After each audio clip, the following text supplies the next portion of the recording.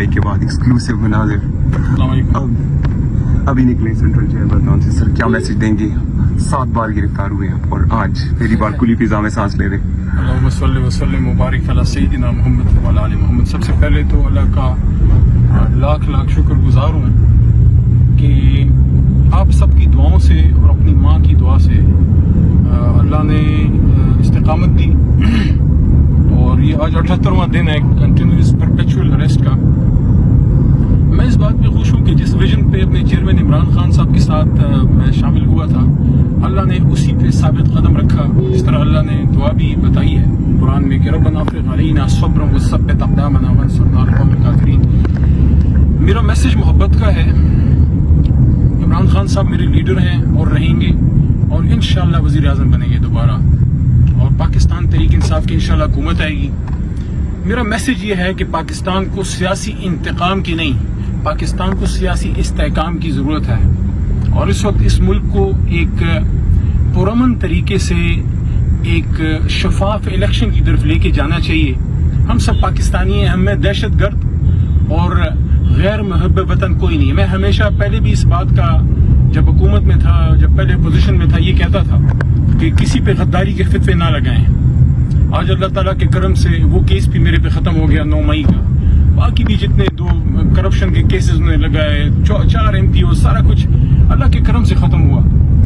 میں یہ بھی کہنا چاہتا ہوں کہ 9 مئی کو جو کچھ ہوا جن لوگوں نے نقصان کیا وہ ہماری پارٹی کی پالیسی نہیں ہے. ہماری پارٹی ایجوکیٹڈ لوگوں کی جماعت ہے اور ہمارا پرامن تحریک ہے. ہماری جس نے غلط کیا ہے اس کو سزا ضرور ملنی چاہیے. جیسے میں نے فیس کیا ہے میرے پہ غلط الزام لگایا 9 مئی کا اور اللہ کے کرم سے میرا کیس ڈسمس ہو گیا ڈسچارج ہو گیا. لیکن باقی جو کروڑوں لاکھوں ہمارے ووٹر سپورٹر ہیں وہ پاکستان تحریک انصاف کے ساتھ عمران خان صاحب کی لیڈرشپ میں ایک اسلامی فلاحی ریاست مدینہ کی طرز پہ وہ بنے اس کے لیے کوشش کر رہے ہیں. باقی جماعتوں کے بھی اپنے ایجنڈاز ہیں ان کے بھی اپنے مینیفیسٹوز ہیں. میں کسی جماعت کو برا نہیں کہتا لیکن یہ ضرور کہنا چاہتا ہوں کہ تحریک انصاف جو ملک کی سب سے بڑی جماعت ہے اور عمران خان صاحب جو اس وقت پاکستان کے نہیں امت مسلمہ کے بڑے لیڈروں میں سے ہیں. عمران خان سب کچھ ہو سکتے ہیں دہشت گرد نہیں ہے. یہ پاکستان کی بھی بدنامی ہے کہ سابق وزیر اعظم پہ دہشت گردی کے پرچے جو ہیں وہ روز کٹیں.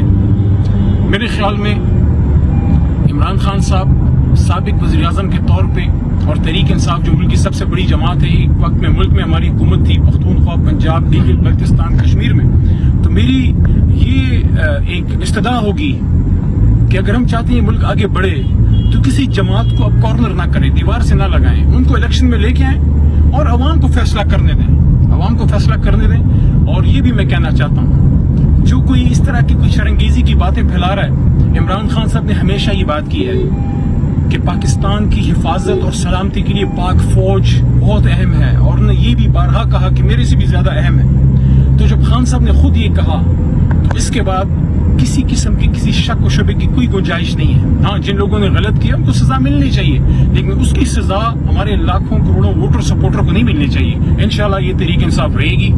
عمران خان صاحب مقابلے میں رہیں گے اور ہم میاں نواز شریف صاحب سے یا زرداری صاحب سے یا مولانا صاحب سے الیکشن کے میدان میں مقابلہ کریں گے. فیصلہ پاکستان کی عوام کرے گی.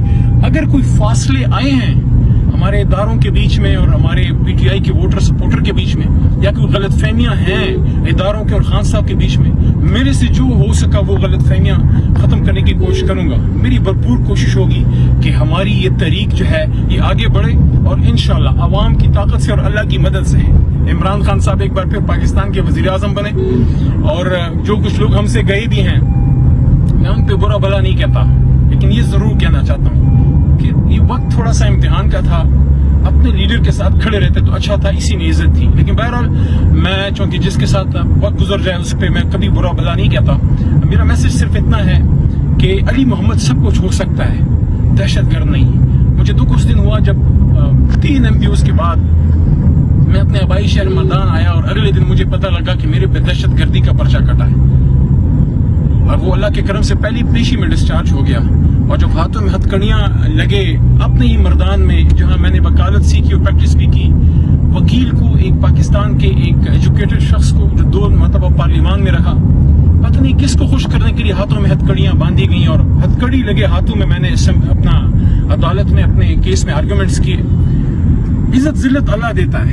کسی کو ہتھکڑی لگا کے آپ کسی کی عزت کم نہیں کر سکتے, بلکہ یہ زیور ہے. پاکستان کے لیے قربانی ہم نے دی ہے. یہ جتنی جیل میں دن گزرے ہیں 78 دن, میں سمجھتا ہوں کہ دوبارہ ضرورت پڑی پاکستان کو, ہمارے ملک کو, عمران خان صاحب کو, انشاءاللہ پاکستان و اسلام کی خاطر میں دوبارہ بھی حاضر ہوں. ہاں ایک چیز کا مجھے البتہ دکھ ہے, اور دکھ اس طرح سے نہیں ہے, کبھی ذاتی باتیں میں نہیں کرتا, یہ بڑی معمولی قربانی ہے جو میرے سے جو ہے گوش گزار ہوئی اور میں نے جو ہے قوم کی خاطر دی. صرف ایک چیز کا دکھ رہا کہ میرے ظاہر ہے سب کو پتہ ہے میرے بھائی بہن نہیں ہیں, میری والدہ 80 سال سے زیادہ کی عمر کی ہیں, ان کی ہسپتال اور ڈاکٹر سارا کچھ میں خود دیکھتا ہوں. مجھے ہمیشہ یہ فکر رہتی تھی کہ یہ 78 دنوں میں ان کا ٹائم کیسے گزرا ہوگا. لیکن میں سلام پیش کرتا ہوں اپنی ماں کو, جنہوں نے اڈیالہ جیل میں آ کے مجھے ایک میسج دیا تھا کہ بیٹا اپنا مورچہ مقابلے میں خالی نہ چھوڑنا. انہوں نے ہمیشہ میری ہمت بڑھائی, لیکن بہرحال 80 سال سے زیادہ ہیں, تھوڑی سی زیادتی ہو گئی ہے ان سے جن لوگوں نے میرے ساتھ کیا ہے یہ. لیکن ان کو بھی میں دعا دیتا ہوں جنہوں نے مجھے جیل بھیجا, کیونکہ جیل بھجوا کے آپ نے میرا عزم اور مضبوط کیا پاکستان سے محبت کا, اور اللہ سے رشتہ میرا مزید مضبوط ہوا.